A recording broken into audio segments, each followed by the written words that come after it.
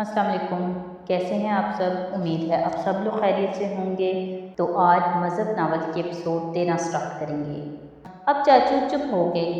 پھر سونم نے بولنا شروع کیا، میں بہت خوش تھی کہ میں مسلمان ہوں۔ ان دنوں ہی مجھے یہ احساس ہو گیا تھا کہ میں ہادی کو پسند کرتی ہوں۔ میں نے سوچا تھا کہ گھر پر چاچو سے ہادی کے بارے میں بات کروں گی، پر اس سے پہلے ہی حیا نے اپنے دل کی بات مجھے بتا دی اور میں نے پیچھے ہٹنے کا فیصلہ کر لیا۔ میں نے بہت کوشش کی کہ میں ہادی کو بھول جاؤں، پر یہ ناممکن ہو گیا تھا۔ اس لیے میں نے حیا کی منگنی میں آنے سے منع کر دیا تھا، پر حیا تمہاری ضد پہ میں آ گئی منگنی میں۔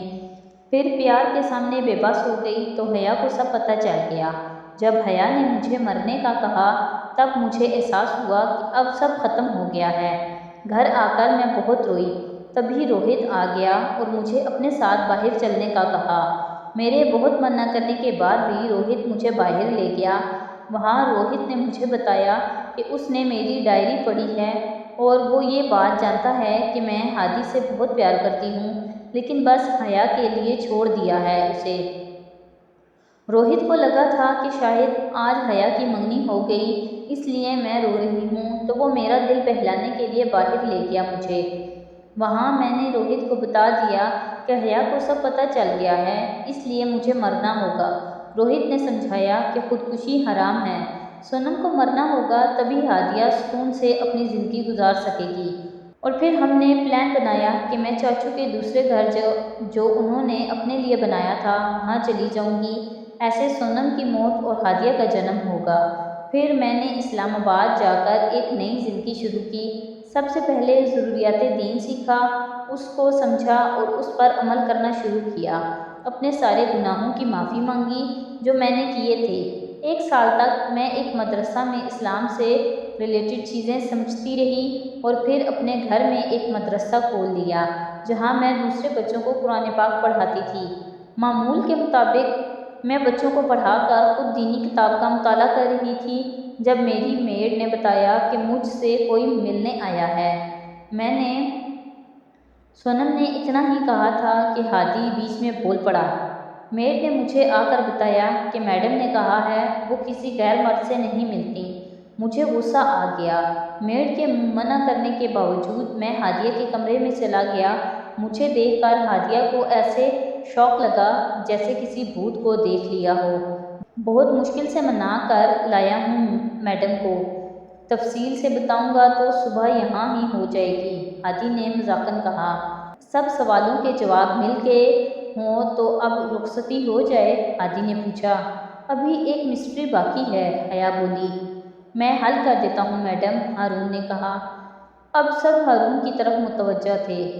میں نے بس حیا کے بارے میں سنا تھا ہادیہ سے، پر کبھی دیکھا نہیں تھا۔ اس دن جب میں ہادیہ کو پکنک سے واپسی پر لینے گیا تو پہلی بار حیا کو دیکھا۔ اتنا پاک وجود دیکھ کر میں ٹھٹک کر رہ گیا۔ مجھے لگا یہ وقتی ہے، سو نہ سکا۔ جب میں آنکھیں بند کرتا، حیا کا چادر میں چھپا وجود میری آنکھوں کے سامنے آ جاتا۔ میں نے سوچا کہ حیا کو سب سچ بتا کر اس سے اپنی فیلنگز شیئر کرتا ہوں۔ جب میں حیا سے ملا تو ایسی حرکتیں کیں کہ حیا میری طرف متوجہ ہو۔ مجھے لگا تھا حیا مجھے پہچان لے گی، مگر شاید حیا نے مجھے صحیح سے دیکھا ہی نہیں تھا۔ پھر میں نے حیا کے آس پاس رہنے کا فیصلہ کیا، پر اس کا بھی کوئی اثر نہیں ہوا۔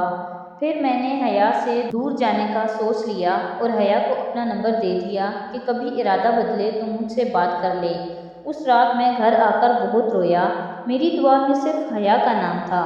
پھر کچھ دن بعد ہادی نے حیا کی منگنی کا بتایا۔ اس دن میں بہت مایوس ہو گیا۔ میں نے سوچ لیا تھا میں کہیں اور چلا جاؤں گا۔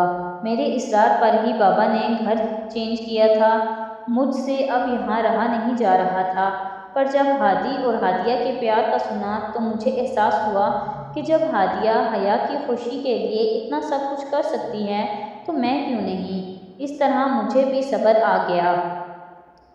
حیا، جب تم نے فون پر مجھے بتایا کہ تمہاری منگنی ٹوٹ گئی ہے، تب میں نے سوچا کیوں نہ ان دونوں کو دوبارہ ملوایا جائے۔ تم سے نمبر لے کر میں نے اپنے گاڈ گفٹڈ فن کو آزمایا اور لڑکی بن کر ہادی کو ہادیہ کا بتا دیا۔ اب تو